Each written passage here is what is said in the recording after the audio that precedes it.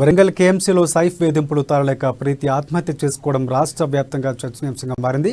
ఈ ఘటనపై SC reservation పరిరక్షణ సమితి ఆందోళన చేపట్టింది. నిమ్స్ ఎదురుగా ఆందోళన చేసిన నేతలు నిందితులు కఠినంగా శిక్షించాలని డిమాండ్ చేశారు. ఈ ఘటనపై పూర్తి స్థాయిలో విచారణ చేపట్టాలని ప్రభుత్వాన్ని డిమాండ్ చేశారు.